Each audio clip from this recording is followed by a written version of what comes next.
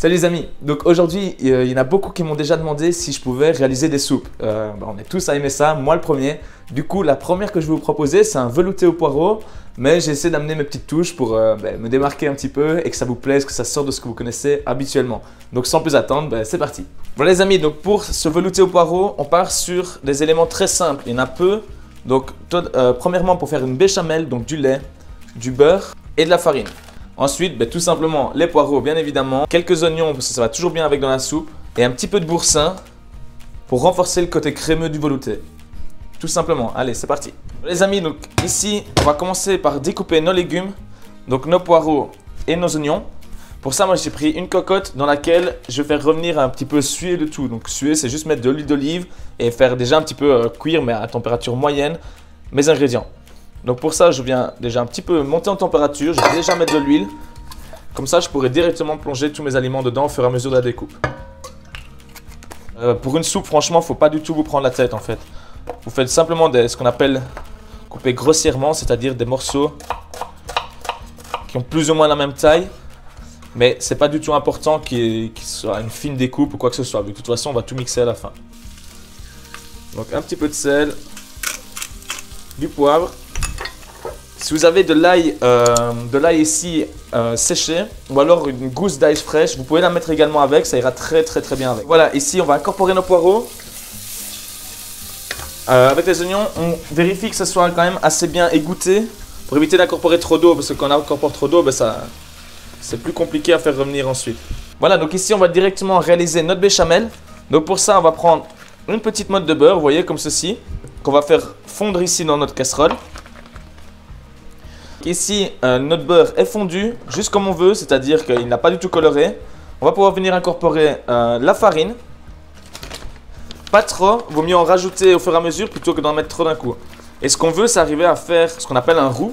Donc c'est un mélange de beurre et de farine. Une sorte de pâte comme ça. Donc il faut mettre suffisamment de farine pour que ça devienne une pâte. Là, comme vous voyez, c'est encore très liquide, ça veut dire qu'il n'y a pas assez de farine. Je vais en rajouter.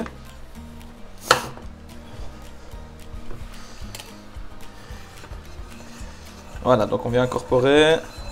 Et là, normalement, on va être bon. On a notre roux. Donc ce roux, en fait, ça sert à lier. Donc ça veut dire qu'une soupe, si on met que de l'eau c'est très liquide. Donc si on met le roux avec, ça permet en fait de lier, d'épaissir le tout, de lier tous les aliments.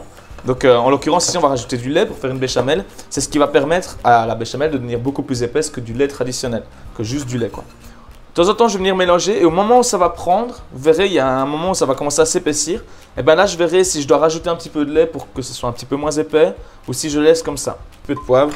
J'aime toujours bien assaisonner au fur et à mesure et puis rectifier l'assaisonnement à la fin. Déjà un petit coup dans notre béchamel.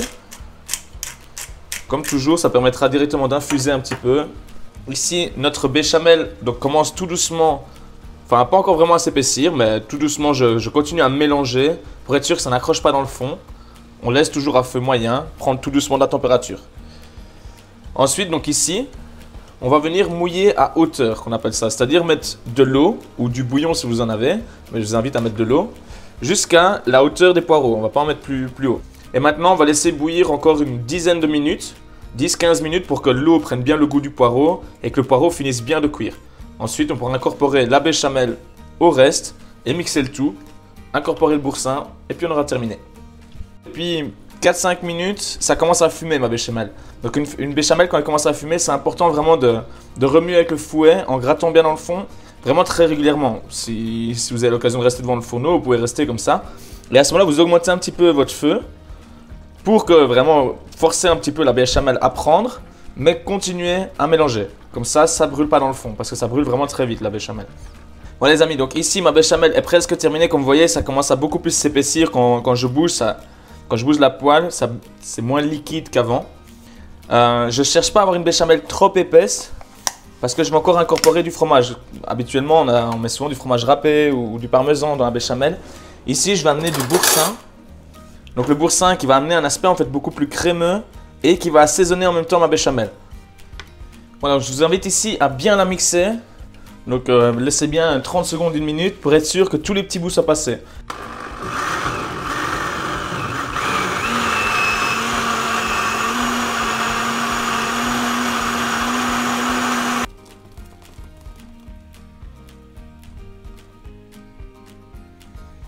Bon, les amis, donc en gros, on termine avec un tout petit peu de fleur de sel, du poivre. Moi, comme vous voyez, j'ai mis une herbe, j'avais un petit peu de persil plat qui traînait dans le frigo. C'est toujours l'occasion d'améliorer un petit peu notre soupe.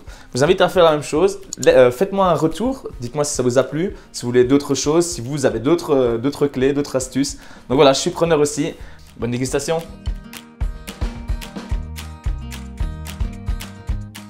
Voilà les amis, donc j'espère sincèrement que cette vidéo vous aura plu, vous aura amené de la valeur, vous aura fait sourire, vous aura aidé, j'en sais rien, mais j'espère que ça vous aura amené au moins quelque chose parmi tout ça.